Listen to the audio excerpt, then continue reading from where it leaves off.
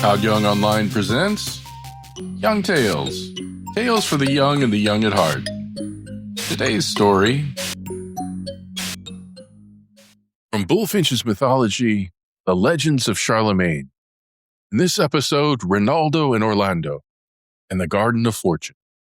The road now divides, not by chance, but by the secret choices of the heart. For though Rinaldo and Orlando were bound by blood and valor, each would now be tested alone, in a world where strength was not enough and wisdom could be lost as easily as found. We left Rinaldo wandering on foot, fresh from the overthrow of a monster, when fate placed before him a lady in tears. She was Flordelis, beloved of Florismart, whose lover lay captive along with Orlando and many others, ensnared by a vile enchantress. Rinaldo, though hardened by hate and disappointment, did not refuse the call. By craft or by strength, I will see this wrong undone, he said. Flordelis begged him to take her horse. He agreed, but only if she rode behind him, for he would not leave her unguarded. Deep in a vaulted cave stood a giant, club in hand, and chained beside him a griffin, both set to guard a horse unlike any other.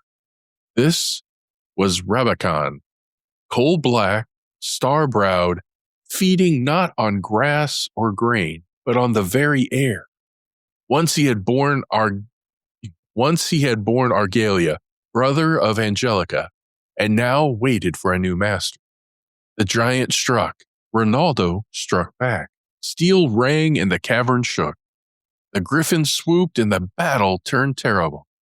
But at last, feigning death, Rinaldo let the beast descend, then sheared away her wing and fought on in desperate fury until the creature fell lifeless at his feet. He mounted Rabican and rode forth reborn. News reached Rinaldo of a mighty champion fighting for Angelica. He guessed the truth, that Orlando was free. They rode towards Albraca, where chaos reigned. King Galafron, believing Rinaldo the slayer of his son Argalia, charged him in a rage. Steel flashed, and only the king's followers saved him from death. Thus Rinaldo found himself fighting against Angelica's cause and felt no sorrow, for hatred still ruled his heart. For days the struggle raged. Then Rinaldo met Orlando face to face. Words burned hotter than blades, and they fought. But fate intervened, for Orlando rode Bayard, and the loyal horse would not strike against his true master. When Astolfo fell, hard pressed nearby, Rinaldo broke off the fight to save him. Night fell, and a challenge was set for dawn.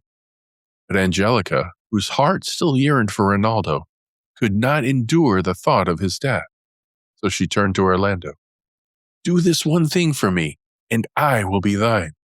She bade him destroy the Garden of Falerina, where knights lay imprisoned by enchantment. Orlando swore the oath and departed at once. On his way, Orlando rescued a lady bound to a tree, only to be betrayed by her later. He learned of the garden, received a magic book, and discovered that the enchantress Falerina forged a sword meant to destroy him. At dawn, unarmed but unshaken, Orlando slew the dragon at the gate with a tree torn from the earth, and the garden closed behind him. While Orlando slept, the false woman fled, stealing Durindana and his horse Brigliadora. Good Lord. Awaking, Orlando raged, but he did not turn aside.